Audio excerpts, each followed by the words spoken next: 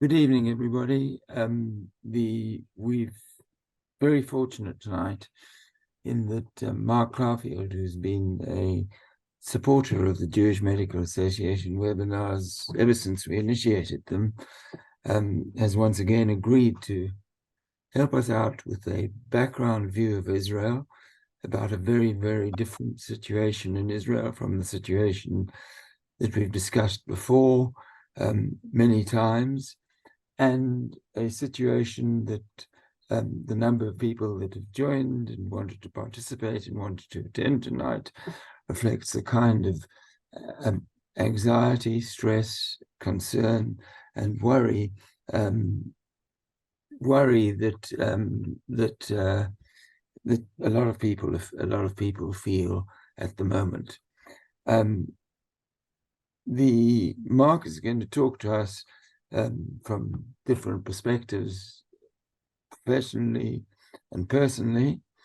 And in introducing him, I know that one of the areas surrounding Gaza is a small kibbutz known as Nachal Oz. It's in fact the closest to the Gazan border. And I know that one of the stories that he's going to tell us about that kibbutz, and each of us has their own personal anecdote. As it happens, I know that kibbutz well because I have relatives there. They're well into their 80s. They're elderly people. They're secular left founders of this kibbutz. And during the 1990s, they were amongst the participants in the linkage between the kibbutz and their neighbors in the Gaza area, and had described many meetings between the two. And it's one of the great tragedies that those kinds of meetings and kinds of connections have gradually stopped. And of course, you might say the combination of the stopping of those meetings was having to spend 12 hours as a very elderly couple in a shelter until they were rescued by members of the family and were moved off the kibbutz, which has been their life, where they've lived for close to 60 years. And they are amongst, of course, the lucky ones in the sense that they are still alive, whereas so many of the other people on their area and neighboring kibbutzim have neither survived, or have either not survived, or have ended up as hostages. So that's each of us would have an anecdote like that, I'm sure. And I think it's time we heard from Mark about his perspectives on the situation. Okay, well, thank you very much, Professor Katz, David. It's always a great pleasure for me to meet my friends in the UK. The trouble with this system is you can see me and I can't see you, but I can imagine your faces. So thank you very much for the invitation. And I'm going to try and show my dexterity with technology by sharing my screen. And you'll tell me if that works and if you can hear me all right. How's that? You can hear, you can see? Yeah. Yeah, okay, good. So please, if you can't hear or can't see, people will send a note to David. So I'm going to give you my perspective. I'm one doctor among 30,000 doctors, one Israeli among 9 million. I'll give you my take on what has happened over the last just a week. So I have to tell you who I am and who I'm not. In case you can't tell the difference, this is me, and this is my wife, Professor Ora Paltiel, and this is in Ethiopia, where we spent our sabbatical. And the reason I show this slide is because I want to just briefly give my CV, very briefly. I'm a physician. I grew up in Canada. I moved to Israel more than 30 years ago. I've done various jobs in geriatrics in Israel and in Canada. My wife is a and I work at Soroka Hospital, and You'll hear about that anon. My wife is a hematologist and clinical epidemiologist, Aura Paltiel, and she works at Hadassah in Jerusalem. So this talk is a kind of a melange of my thoughts and her thoughts about what's happening. Neither of us are surgeons, neither of us are orthopedists, neither of us are ICU doctors. Both of us have a lot of clinical experience, but not yet in the domains that have roiled the country to date. We have roles that we're playing. You'll hear more about that, but it's not in the initial shock and awe that my colleagues were so involved in and did such a wonderful job. Excuse me. So I'm going to give a couple of personal anecdotes, a bit from the profession, the way I see it, and then I'd like to hear questions and responses and disagreements or agreements from the audience. And I'll let you put the questions into David, who can curate them. So from the personal point of view, just a week ago, just a little bit more than a week ago, I was sleeping in. For me, sleeping in means sleeping at 7 o'clock in the morning. I'm usually up earlier. And Aura woke me up and said, there are rockets all over the country. You better get up. There's going to be a siren. And I don't want you to wake up with a siren, which just shows how sweet she is. That she was concerned that I would be frightened, which I was. Of course, all of us were. The rockets came all over the place, and the country was especially the southern, but not just, was shattered by this on Saturday, on Shabbat. We had friends from abroad, very dear friends who would come from Montreal to Jerusalem for a medical education conference. We called them up and we said, they were staying in an Airbnb downtown in Jerusalem. And we asked them if they had a shelter, which we do have, a bomb shelter. And they said, no. We said, okay. So we picked them up, brought them over, and right away we had myself, my wife, and two friends from Montreal stuck in a war. With respect to our family, of course, we were concerned about them. We have 3 children, one in Tel Aviv who lives in southern Tel Aviv, which just got rocketed about an hour ago. And he doesn't have a shelter in his apartment, but he runs sort of into the stairwell of the building next door to him. I have a daughter living on the Lebanese border with 3 small children, and she came down. In fact, I hope they won't interrupt this talk, but they are in the house and they might interrupt us. It also might get interrupted by a siren because there was missiles fired at Jerusalem just about an hour ago.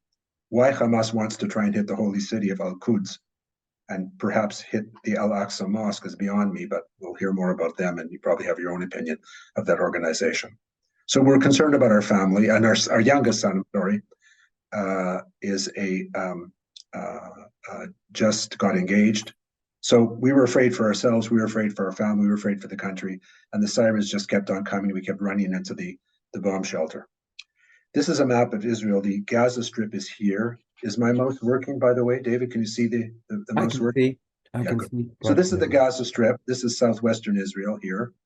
This is a map that shows you how many seconds you have from the time a siren goes off to find shelter. And if you live in Otef Aza, or the envelope around Gaza that David just, Nachal Oz is one of those places, you have a second. You don't have any time to reach shelter. If you live in Beersheba, where I worked and have already been under fire for a 2-month war in 2014, you have 45 seconds to get under shelter. And if you live in Jerusalem, where I am right now, or Tel Aviv up here, you've got a minute and a half. Now, it may sound strange to you who don't live in Israel, but a minute and a half, we're so lucky here. We have a minute and a half to get shelter. And that's because everything in the world is relative. And it's certainly much more time to get shelter than the poor people that live here in Ashkelon. The 2 hospitals that serve this area are in Ashkelon here, which is just north of the Gaza Strip and only is within the 15-second envelope, and Beersheba, which is in the 45-second envelope. That gives you a sense of what happens when a siren goes off. And if a siren goes off, I'll just calmly pick up the computer, walk into the shelter. I'll see if my grandchildren can be quiet enough to continue the talk. If they can't, then we'll take a 10-minute break, because that's how long I have to stay there, and I'll come in again. So don't go away. If I have to go away, I'll be back, assuming a missile doesn't hit my house. On the personal side, this is my son and my new granddogger, as I like to call her, the granddogger. He just got a dog. And as you can see, he's a lieutenant in the Israeli army, and he's not 18 years old. He's 28 years old. So for 5 years after high school, he spent 5 years in combat unit in the Israeli army, and he's been out of the army for 5 years, although he does do his reserve duty from time to time. But they called him back in. So right now, as I speak, he is in Ashkelon, and I don't really know where he is because he doesn't know, and he won't tell me. And the joke in Israel is, he says, "Dad, if I tell you, I have to kill you." So we really don't know where he is, and we just hope he's safe. Now, from a professional point of view, and I'll come back to some personal things later, I work at both Soroka Hospital and the University, Ben-Gurion University, which is this is the teaching hospital of our medical school, and my wife works at Hadassah Hospital in Jerusalem. Now, what can I do? I'm a retired geriatrician. So I called the geriatric department when this started, and I said, "Do you need any help?" And they said, "No, we have enough people." And in fact, they're shrinking the number of people in the geriatrics ward in preparation for surgical patients, et cetera, et cetera. And but I have other roles in the country, administrative, and I'm happen to be the head of the National Council on Geriatrics, and I have things that I'm doing that are I'm trying to help the country during this situation, but I'm not rolling up my sleeves and looking after patients.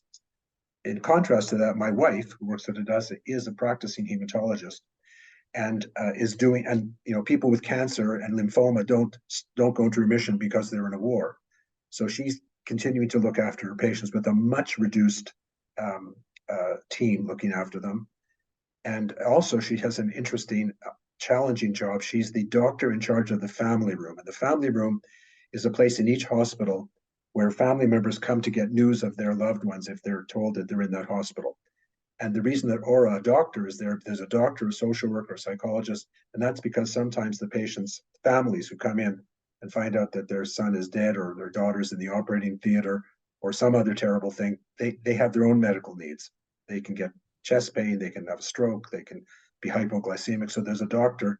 And on Shabbat, on Saturday, my wife, she wasn't called in. She just went in, and all the doctors at Hadassah and all the doctors at Soroka just all converged on the hospital. So there was no problem with staffing. Now, Soroka had a terrible time the first day, although it's calmed down, because they had something like 800 or 900 casualties coming in over the day. And you've seen the pictures on the news. I don't want to go into the terrible things that happened to people. And they had to deal with a wave. And the other hospitals, Hadassah and Ashkelon and other hospitals, the patients, once they were stabilized, were looked after in Soroka and distributed around the country.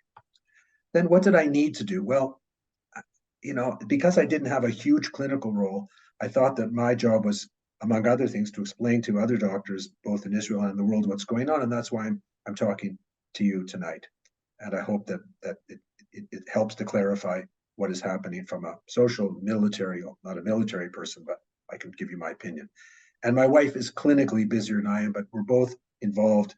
She's been involved in the last few days. There of course, there's a debate about whether to cut off the water and electricity to Gaza Strip, and both my wife and I are against this for all the obvious humanitarian reasons. And she's been involved in writing letters to the professional letters to the Ministry of Health, etc., in order to reverse that. And as far as I know, that decision was reversed. I'm not going to say it's because of her letter, but that's the kind of things that she and I have been involved in since day one and are involved in during this war. Now, this is a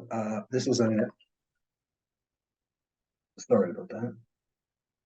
This is my brother who doesn't know I'm online right now. I don't know why.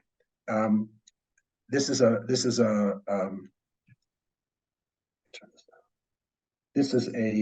announcement. This is a death announcement from Ben-Gurion University, which there's an article I'll come to in a minute.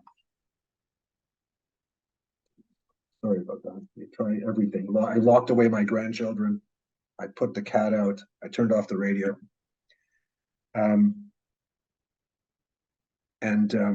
What this says is, Ben-Gurion, you can see the English here, Ben-Gurion University. The University of Ben-Gurion University announces with great sorrow on the death of Noam and Ishai Slotsky.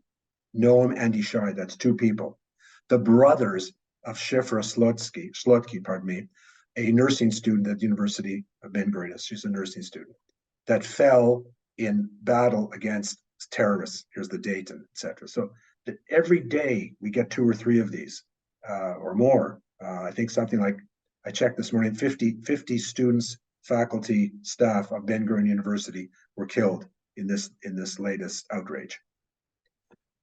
If you want to read more about that, you can read the New York Times just a couple of days ago, and everything's blocked here, so I can't read this to you, but you can probably see this. But our university had a the people from all over the country have been killed, or people who were connected to universities all over the country. But Ben Gurion University, this is a scene at the funeral where they've just put the body in the ground, and people are putting dirt and sand over the coffin, and this is a family member.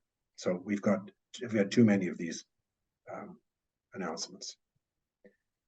Okay, what about the medical situation in the country? So initially I alluded to that. We were overwhelmed militarily, socially, politically, intelligence, and medically. Not overwhelmed that we couldn't function, but it was a huge wave of people suddenly coming into Soroka, Ashkelon, and being transferred to other hospitals. I think the death toll from Israel is now up to 1,200. So hundreds and hundreds of badly wounded and dead people were brought to hospital. That was initially, that was like 8 days ago. Today, things are calm. They're tense and strained and stressed, but they're calm clinically in the sense that the medical wards have been, insofar as one can, people have been sent out. They are preparing for an onslaught of casualties on our side, mainly, we hope, military and not civilian, but with war, you never know. This is at Hadassah. This room is a nursing teaching room. This is where the nurses, it happens to be right next to my wife's office in the School of Public Health. And it's a room where they do clinical teaching. They have, dummies and the nurses examine each other, and they do procedures on each other. It's a typical teaching room. It's now a ward. It's a ward awaiting casualties for the next stage of this war, which I hope that the majority of the casualties will be military, that there won't be any military casualties, but the majority of the casualties will be military, we hope, in that the civilians aren't affected. But again, those rockets can kill people anytime and anywhere. So we're getting ready. The hospitals in the country, the doctors, the system, we're getting ready. I'm a geriatrician, so let me tell you about vulnerable older persons, which is my passion and the people I've looked after all my life.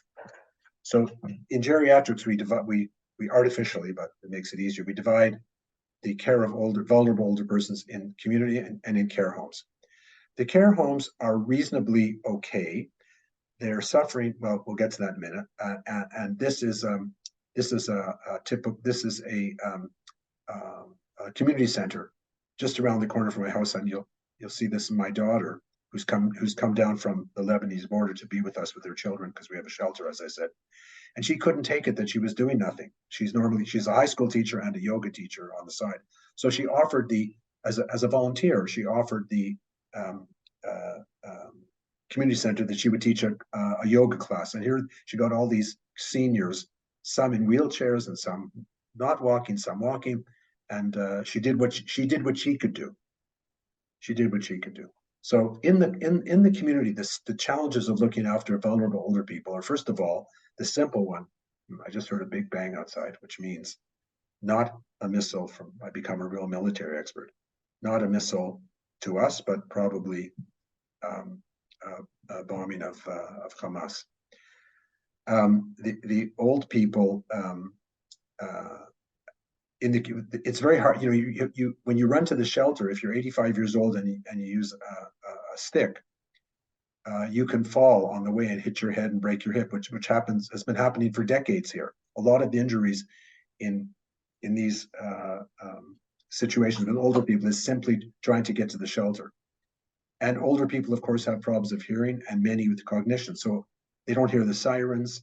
They don't hear the instructions. They don't understand what's going on. You suddenly tell a demented 90-year-old, get up from your kitchen table and run to this room. We're going to bolt the door. You can imagine how that affects them, not to speak of the fact that we'll get to that in a minute. And what's really important is that older people tend to have inadequate online skills. A lot of the stuff, I'll see if I can whip this out for you. A lot of this stuff is online. Everything's online, as you know. And this, no, I don't want to take a bus. Just a minute, sorry. I don't know if you can see this, David. Can you see this all right? Yes. Yeah. So this is the app from the Homefront command, and it said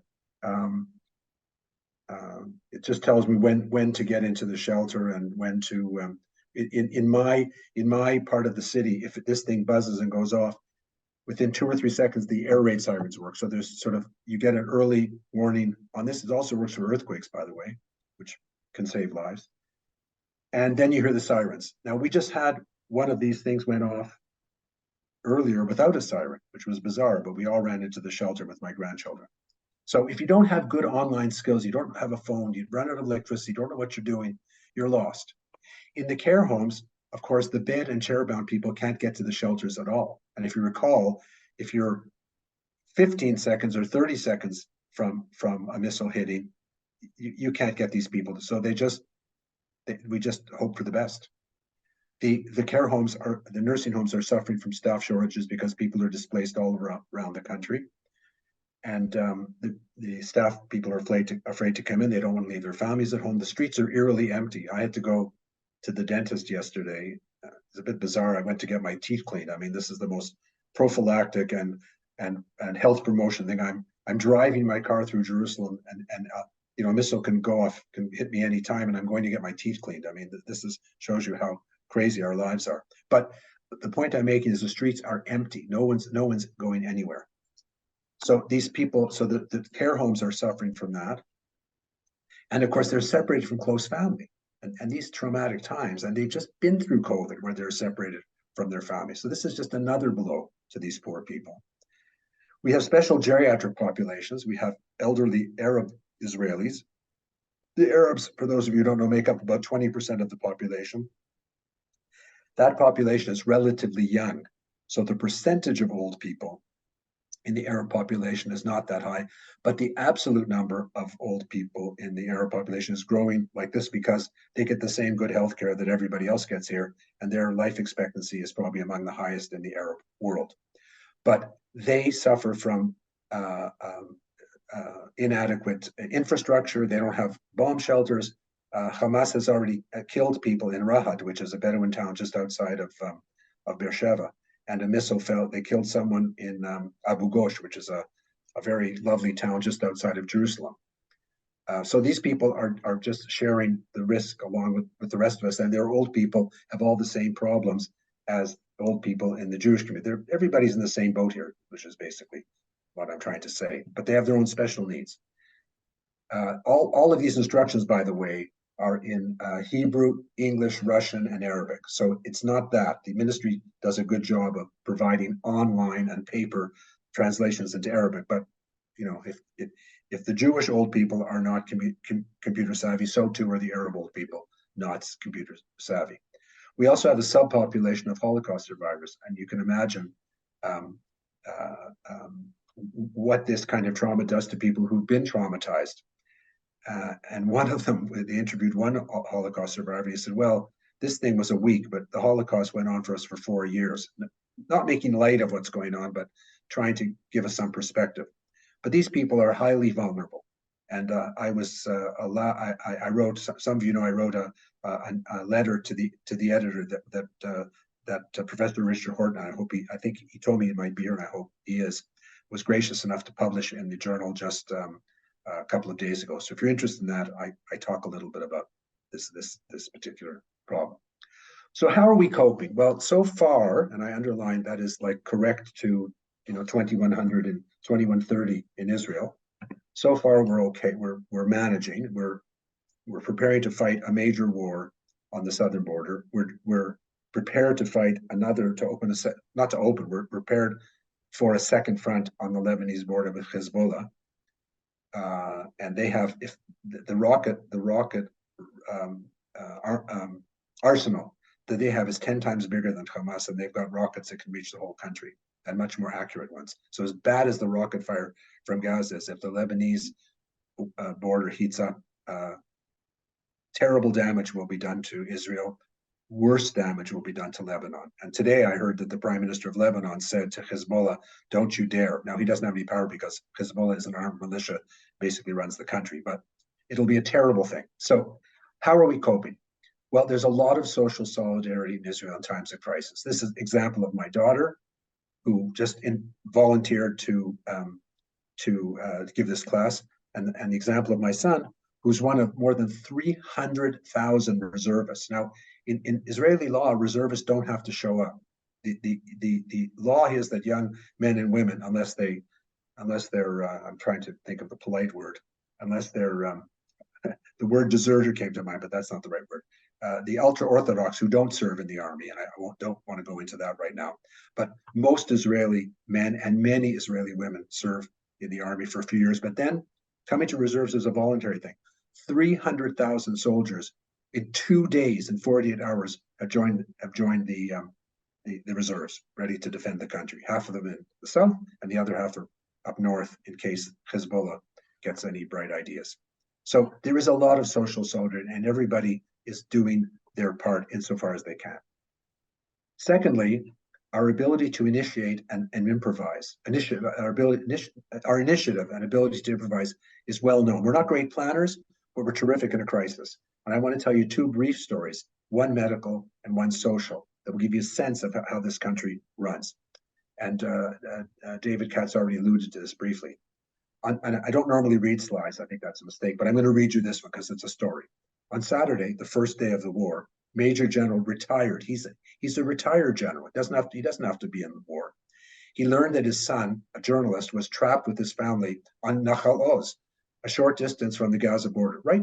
When you go to Nahal Oz, you just look across the field and there's Gaza. He grabbed his single pistol and with his wife drove from Tel Aviv towards Nahal Oz. It was probably about an hour, I would guess. Their journey, this is from the Jerusalem Post I'm reading, the stuff of action movies. First, Tibon encountered survivors of Hamas's attack on a party and drove them north away from his son. He was going to save his son. Then he ran into soldiers with no apparent mission and convinced one of them to join him. Before getting to his son's kibbutz, they met injured soldiers and once again drove in the opposite direction, away from his son, to take these wounded soldiers to safety. Finally, he arrived at Nahal Oz and with a handful of soldiers killed the Hamas attackers outside his son's home. Then he knocked on the window. Inside, talk about grandchildren, Amir Tibon's 3-year-old granddaughter responded using the Hebrew word for grandfather. Saba, Po, my grandpa is here. And that story is so emblematic of this country, and I'm sure someone will make a movie out of it. A second story about initiative and resilience was this woman on the social side. This is an amazing story, again from the Jerusalem Post. Rachel Adari, Hamas kidnappers in her town of Ofakim came into her house and held her hostage. And when they broke into her home, she didn't have any guns to defend herself, but she had another weapon, cookies, biscuits, as you say in Britain, which she offered the men who held her and her husband captive for the next 15 hours. This is my emphasis. 15 hours she Jewish mothered them. As her city of Ofakim and dozens of other towns in southern Israel faced a brutal invasion by people invaded her house. Quote, I could see they were angry, Adari said. I asked them if they were hungry, which reminds me of the Bob Marley song, a hungry man is an angry man. So she understood that fact, and she fed them. I prepared them coffee and cookies. She drove them crazy, her husband said. She kept asking them if they wanted something. The snacks held by the couple enough time for their sons, both police officers, to join an operation that resulted in their liberation. They killed the 2 terrorists and they liberated their parents, these 2 policemen's sons, all because they knew how to climb in to the house from the roof. An amazing story, but not atypical. Okay, so our social solidarity, our initiative and ability to improvise. But what about the army and the intelligence services? What about our vaunted military, which is supposed to be the most powerful army in the Middle East?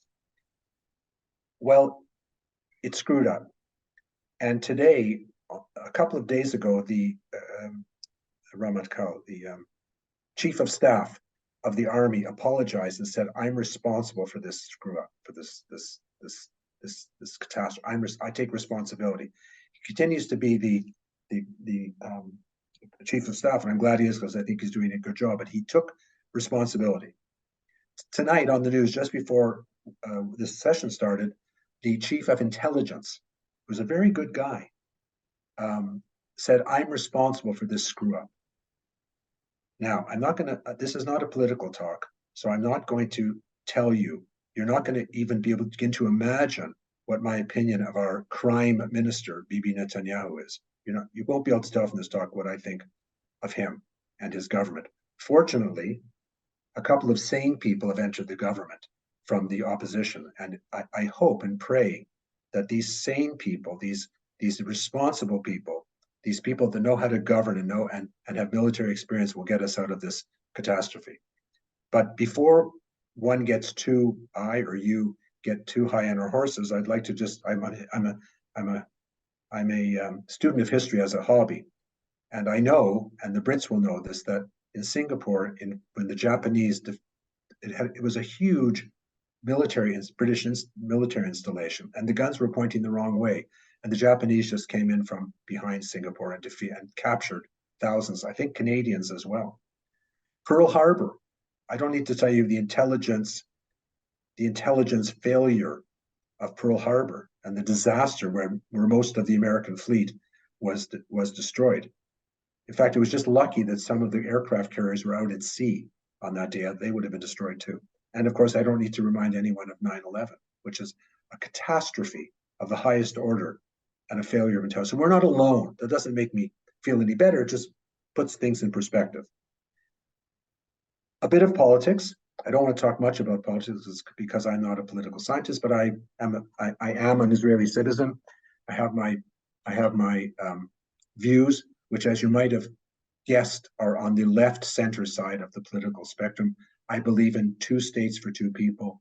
I believe that when this is all over, the only long-term solution will be a Palestinian and Israel Jewish state living side by side. How we're going to get there is not, but that's been my belief all my life, and I continue to have that belief. However, that being said, there is a loony left and there's a rabid right. This is an article which I'm not going to say I recommend you read, but if you want to know what's wrong with the leftist, the left's position, where many, not all, many leftists have celebrated this as an example of the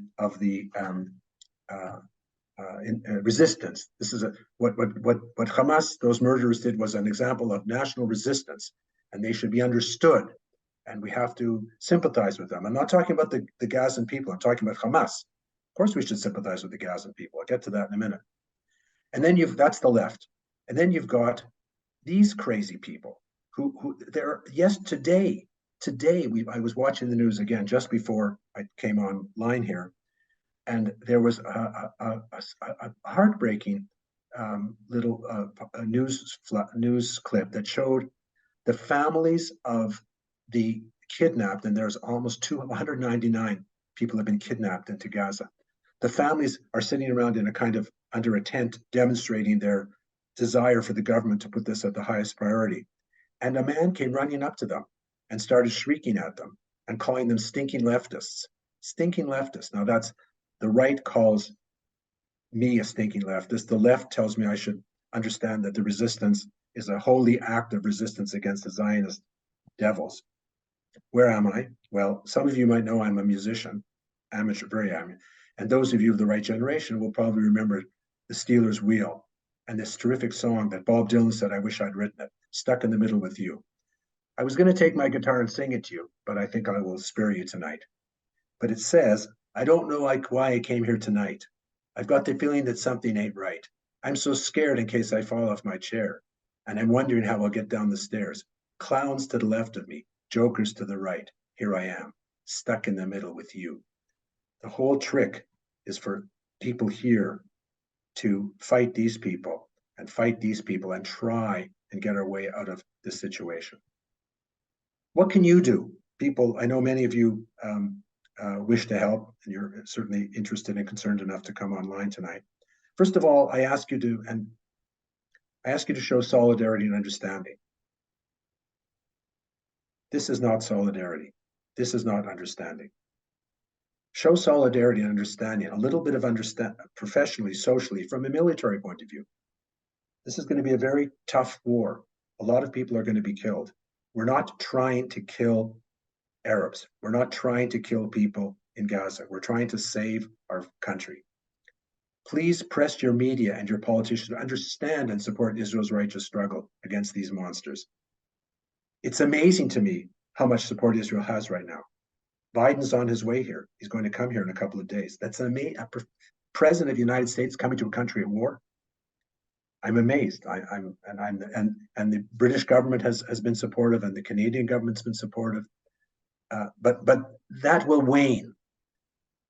You can donate. I'm a terrible fundraiser, so I'm not going to probably raise any money tonight. But I for those of you who can do, who want to donate, please do. There are unlimited needs right now. But I recommend you donate only to registered charities in your country. Many of them can help people in Israel, and be wary of scams. Many people have asked me, do we need doctors to volunteer right now? I saw in the Q&A someone had asked that question. Right now, that is today at 9:30 Israel time, 7:30 British time, 9:45 to 10. We don't need volunteer doctors. That could change. And if you're interested in signing up, there are several ways to do so. The only one I could get on was to write to Tracy at the Israel Medical Association. And if any of you have questions about that, you can send them to Professor Katz, to the JMA, to the Jewish, and they'll collate them and send them to me, and I'll connect you to the right people. So we're taking names and professions. You need to be, it would be great if you could speak some Hebrew, but not absolutely essential. You must be able to speak English. I was speaking in my fractured French to a French doctor today who wanted to come, and I said, if you can't speak Hebrew or English, you're not going to be able to help us. So thanks anyways. So that's the way to sign up. I have a feeling we're not going to need, we have a very robust and well-trained medical system. We're going to be under strain, but to take in people to help us, perhaps maybe in the surgical field, where you can put someone in theater with another orthopod and fix someone's fractured, or take shrapnel out, etc. You don't need to know a lot of Hebrew for that, but that's the way to help if you want. What can you do? And be there for us after the crisis, because this crisis is going to go on for quite a long time, and it's not going to. Things are going to look worse than they do today. We've received a terrible blow from Hamas. We've had 1,200 people killed in the biggest pogrom since the Second World War in the Jewish country. That doesn't justify all responses. The water was an example of people like me and my wife and other people that that's not the right thing to do. And a lot of Israelis think that way. I'm not alone in that. I want to emphasize and reiterate and assure you and reassure you. I don't know anybody in my family. I don't know any of my friends. I don't know any of my colleagues that want to hurt a single hair on a Gazan person's head, that wants to hurt a Gazan. What we want to do is smash Hamas. I know that in order to smash Hamas, we will hurt Gazan people, but we have no choice, and I can't think of what else we can do. Today in the news came out that UNRWA, the United Nations Refugee Association, it's the only association that continues to look after refugees 75 years after they become refugees. There's no such Pakistani refugee organization, but UNRWA does do good work because these people are in dire situation. Hamas stole, I think, 36,000 liters of diesel fuel meant to fuel the hospitals and the schools and the water system. They stole it for their own fighters, and so again, most Israelis do not want to hurt the Gazan people, want to smash Hamas. This will not be easy. This will not be done without terrible death, destruction, but I don't know, and I don't think any sane person can tell me that we shouldn't try and defend ourselves. How to do it? I also know a lot of soldiers, including my son and my other son who was a soldier, and I know that they're taught a strict doctrine of proportionate violence. In other words, many missions in Israel have been in the past. I don't know what's going to happen now. Have been aborted because there are children or civilians in the way, and I know that that's what they're taught. many civilians have been killed, many more will be killed. And I deeply regret that. And I'm not the only person in this country that deeply regrets that, but we have to defend ourselves. I want to just remind you, I know some people won't like this, but I'm a history student of history. I looked this up just before. During the Blitz, the Germans dropped 12,000 tons of bombs on England, 12,000 tons of bombs. During the last 2 or 3 years of the war, the Americans and the British dropped 2 million tons, 2 million tons of bombs on the German people versus 12,000 that were dropped on English people. Is that disproportionate? Was that right or wrong? You know, when people are threatened, when people are brutalized, when people are around you are murdered, it's very hard to keep your sense of proportion. We are trying to do it, and I don't. This is not a plea. This is not an excuse that we should lose control. I'm just telling you that it's not easy to know what disproportionate means. But again, I'm not a soldier. I'm not a politician. I'm not a political scientist. I'm just a doctor that lives in Israel. So I think that's the end of what I have to say. And I think, David, should I stop sharing and open up the screen, or how do you want me to handle this now and take the questions that well, quickly before you do that, just to amplify that you've said that there is a route through Tracy at the IMA for registration for people who want to come to Israel. There are 3 routes, David, but this is one of them. And whoever's interested, send a note to you, and I'll help them find their way to register. Yes. Right. So that's the one issue. The second issue is the question of you've had several compliments on the clarity of your exposition, and with which we all concur. And there's one question about the military having its own facilities, including hospitals for injured soldiers versus civilian hospitals. How does that work in Israel? Okay. There are no military. Also, Israeli and Palestinian doctors and hospitals work together. Absolutely. How is that happening? Absolutely. Arabs and Jews in hospitals. If I'll answer the second question first and the first question last, but if I remember, but vis-a-vis Arabs and Jews working together, if the rest of the country worked like the healthcare system in the sense of Arabs and Jews we couldn't care less.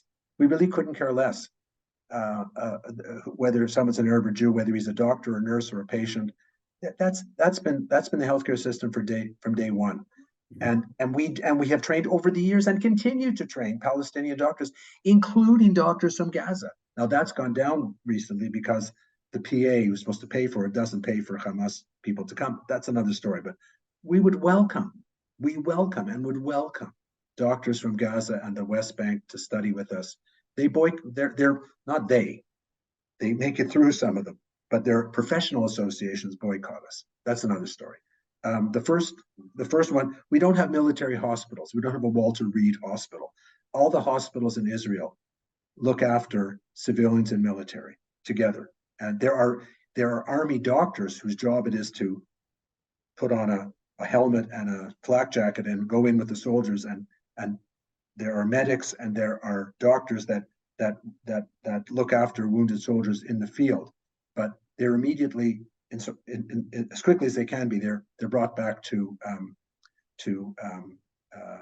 civilian hospitals where Arabs and Jews look after them, whether they're Arabs or Jews. And there are Arabs in the Israeli army. There are Druze who are a type of Arab sect. They're in the Israeli army. They're Bedouins, so there are Bedouins who join the army.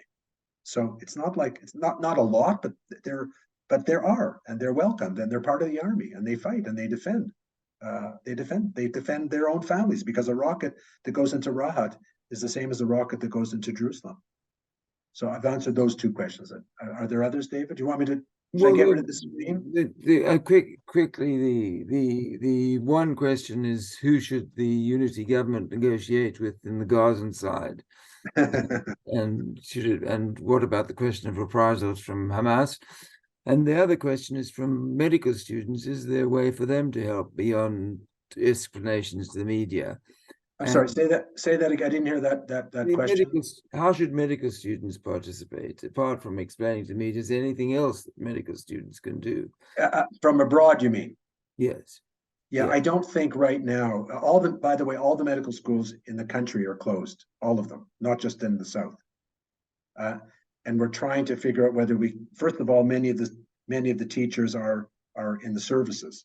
Many of the students, even more of the students, but many of the students, many of the doctors and teachers are in the service. So the medical schools have ground to a halt.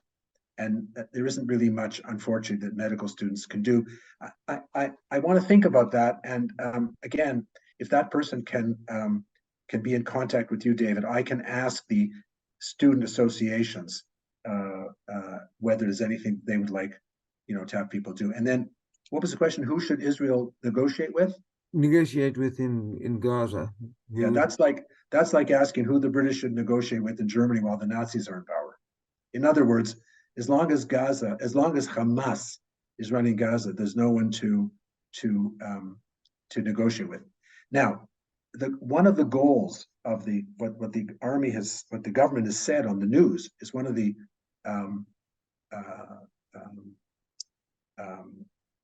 goals of the military operation will be to destroy Hamas, not to destroy Gaza. Gaza will be hurt, but we don't want to destroy Hamas.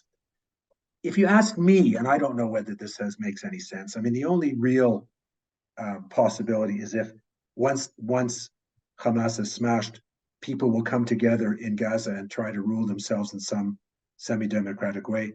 There is a Palestinian Authority, and with all its problems and its corruption and its aged leader, a Holocaust denier, he's a lot better than many other people. And maybe if Hamas has smashed the PA, the Palestinian Authority, which used to run both the West Bank and Gaza, would go back into Gaza and run it. Remember, we left Gaza, and the PA was in charge of Gaza when we left it, when we withdrew from there. And the Hamas won an election. I think it was a relatively fair election. I don't know. I'm not a political scientist, but I think they won the election fair and square. But there's sort of one person, one vote, one election. Once Hamas took over, that was it. So there's no one to negotiate with as long as Hamas is not smashed.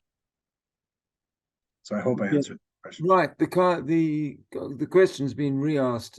Are Israeli hospitals treating injured Gazans already?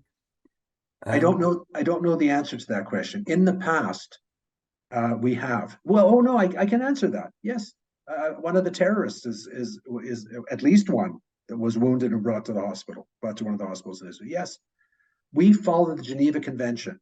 If we capture a soldier, I can't call them soldiers, but in a sense, some of them are soldiers, some of them are terrorists, many of them are. Okay. And So, the yes.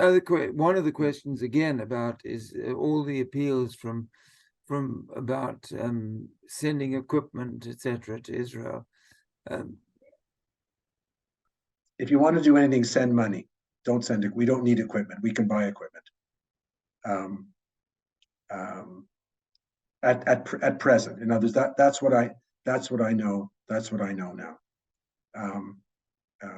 And if that once again, if that changes, the address, people can send that to me, that question to me. But right now, I think if you want to do anything to help Israel, look up one of the. Here we are.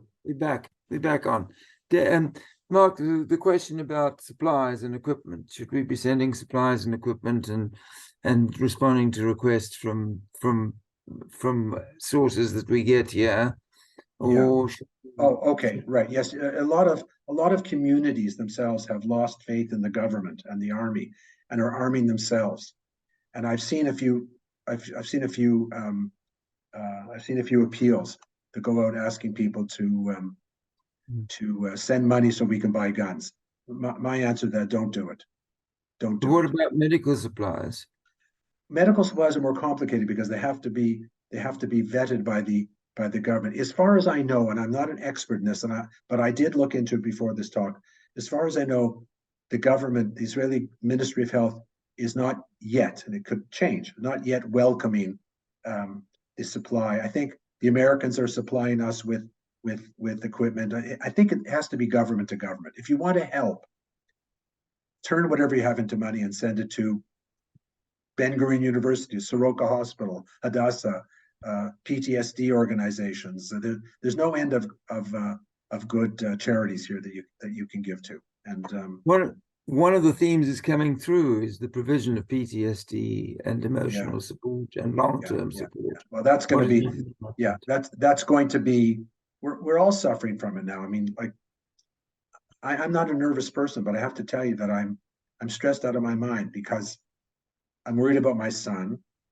I'm in a house with a bomb shelter, but it's who knows what, if it takes a direct hit, I'm finished. And the country could be overrun from the north. I mean, we're all, we're all. I try to run my life and the way my affairs on the way the British did during the Blitz. Dust yourself off in the morning and put your right foot in front of your left. We do have services. We do have psychological services. They are doing just like what my daughter did in organizing this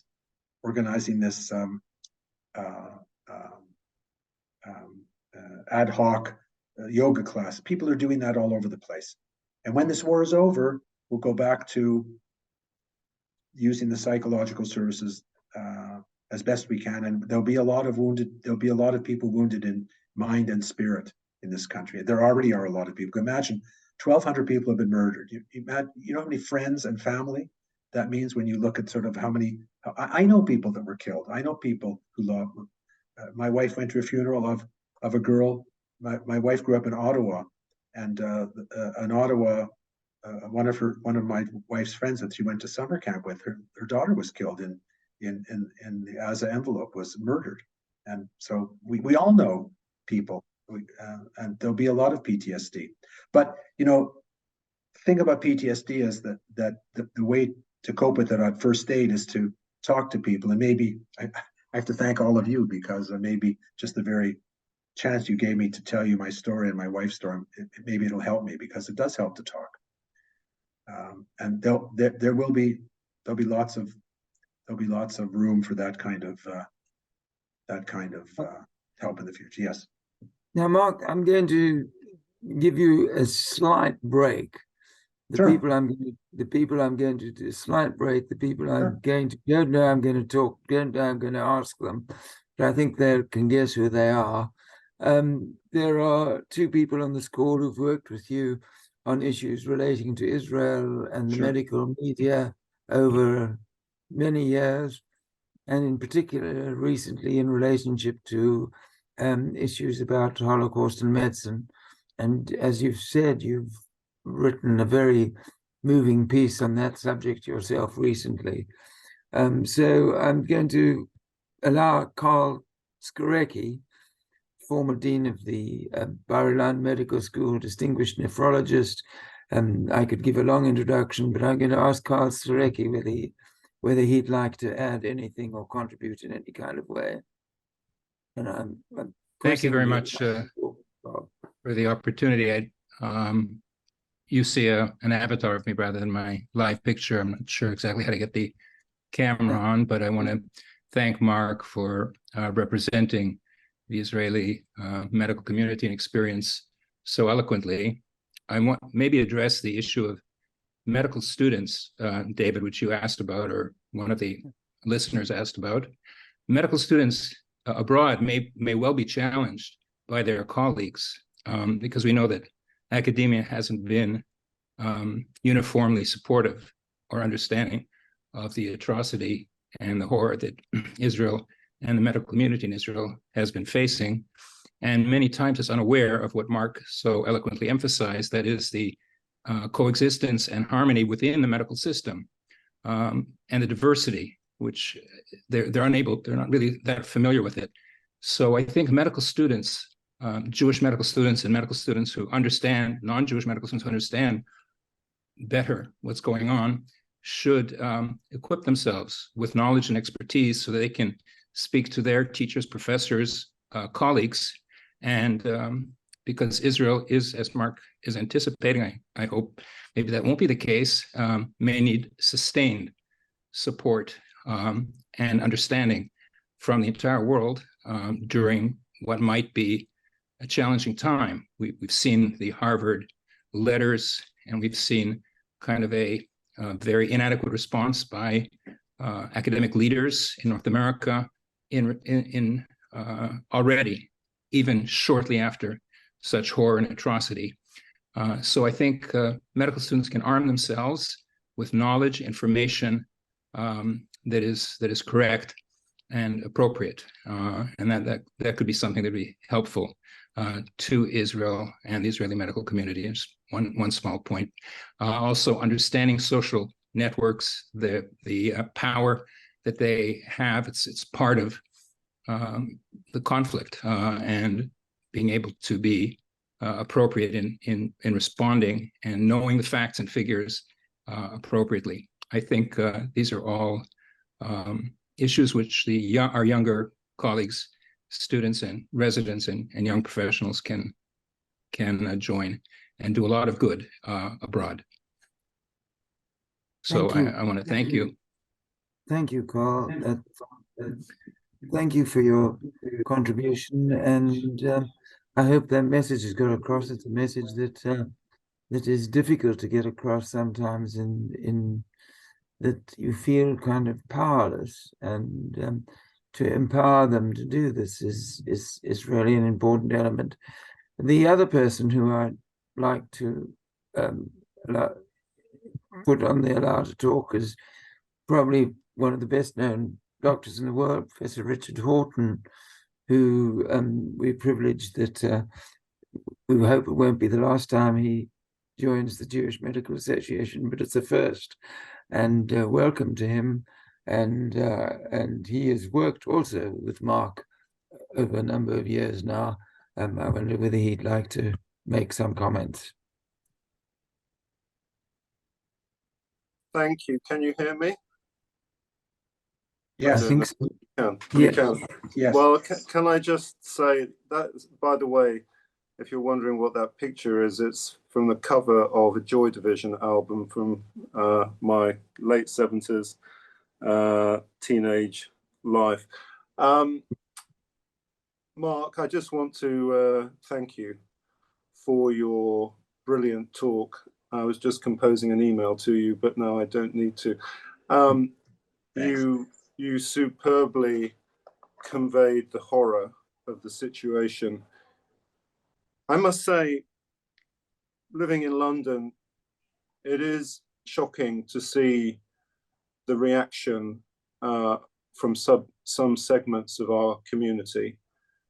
There have been demonstrations in London last weekend, and there are plans for further demonstrations next weekend.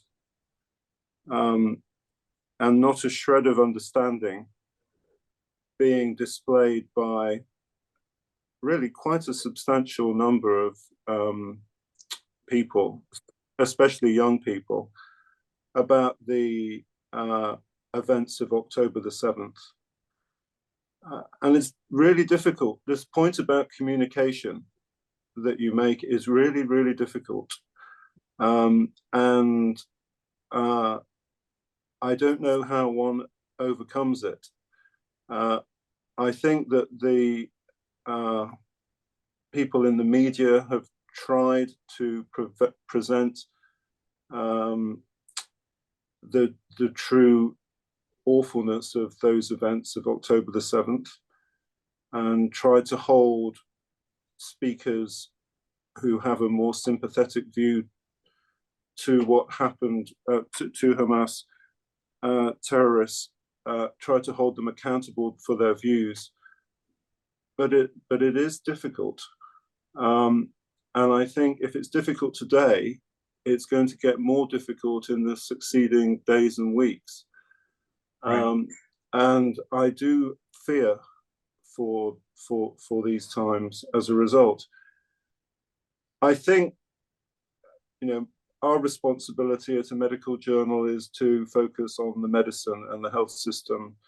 And what I want to do is to give you and our friends and colleagues in Israel, and also our friends and colleagues who are health workers, doctors and nurses in Gaza, as much understanding and support as we can. And what we can do is to provide, you know, it's so small, but what we can do is to provide a space for you to articulate your experiences and your case so the world understands. And I really encourage, we've had a few letters from Israel. We published yours, Mark. We've got one other, but I would really encourage you to engage with us, to tell your stories. Those stories you read out from the Jerusalem Post were incredible. There must be similar stories in the health sector that you could identify. And I can promise you, we're being bombarded with letters from all over the world, but we're prioritizing, in fact, only publishing those letters that come from Israel and Gaza. So please, please, please engage with us to tell your story. We want to be shoulder to shoulder with you as a platform where your story and your experiences and your reality and your feelings can be fully documented. So don't hesitate to write to me, richard.horton@lancet.com, and you will receive a very sympathetic and encouraging response. Thank you. Thank you very much. Thanks, Richard. Thank you for being here. Mark, do you want to any further comments you'd like to add before I hand over to Charlotte? No, I think it's been. I think we've gone on long enough. It's late here. It's late. It's getting late in the UK. Unless anybody has, you know, a question that they're dying to have answered. I think I've said as much as I can say just now, and I just want to thank the JMA again for your. I love the organization. I think you do wonderful things. One of my Canadian friends has just written to me, said he wants to start a Canadian Jewish Medical Association. So hold on just a second. Well, I'm going to hand over now. Just one sec. Yeah, there was a what? There was a very large rocket attack on the area. Oh, not. My wife just came to tell me that while I was talking, there was a very, very large rocket attack on the Tel Aviv area. And that's once again where my son lives without a shelter in South Tel Aviv. And I don't know, I'll look at the news when I get off this. So maybe that's a good reason to not stay on too much longer. I want to see what's going on. But yeah, that's just that. This is Hamas has not used up all its weapons, and however much we're pulverizing them, they seem to be able to continue to fight. They have a lot of hatred and a lot of missiles. I don't think I can really say much more than that just now. Thanks. Charlotte. I'm introducing Charlotte, who's the newly elected London president, has distinguished role in medicine in London in general, to wrap up the event. Charlotte. Thank you very much, David, for bringing us together tonight in such difficult times. And thank you very much to Mark for sharing your experiences. Thank you. Several colleagues have asked for guidance on what to say at such difficult times. And actually, Psalms or Tehillim can be a source of comfort for us all. Most of us will be familiar with The Lord is My Shepherd or Mizmor LeDavid. And there are other suggested Psalms or Tehillim, which are number 121, 130, 142, and 91, which are particularly relevant at these times. Just as we're closing, I'm just going to take a moment to recite Psalm 23. Mizmor LeDavid, a Psalm of David. The Lord is my shepherd, I shall not want. He makes me lie down in green pastures. He leads me beside still waters. He refreshes my soul. He guides me in the path of righteousness for his name's sake. Though I walk through the valley of the shadow of death, I will fear no evil. For you are with me. Your rod and your staff, they comfort me. You set a table before me in the presence of my enemies. You anoint my head with oil. My cup is filled to overflowing. May goodness and kindness follow me all the days of my life, and may I live in the house of the Lord forevermore. Thank you. Thank you, Charlotte. And just ask Charlotte to conclude on that note, and of course to also include on the note that Charlotte has a daughter in Israel who's recently married and whose husband has been called up for military service. So each of us, in our own kinds of ways, are all engaged with this question and are engaged with the complexity and difficulties of explaining a position that, you know, is important to all of us. So I'm going to close the event with just to say that Mark appears to have offered you various things that he could do to help, which was more than we could perhaps expect from him, because we've just had such an absolutely outstanding session. Thank you very much. Thank you. Some people have asked now about a recording. Yes, there will be a recording available. It will be available from the Jewish Medical Association website. Thank you, and let's hope for peace.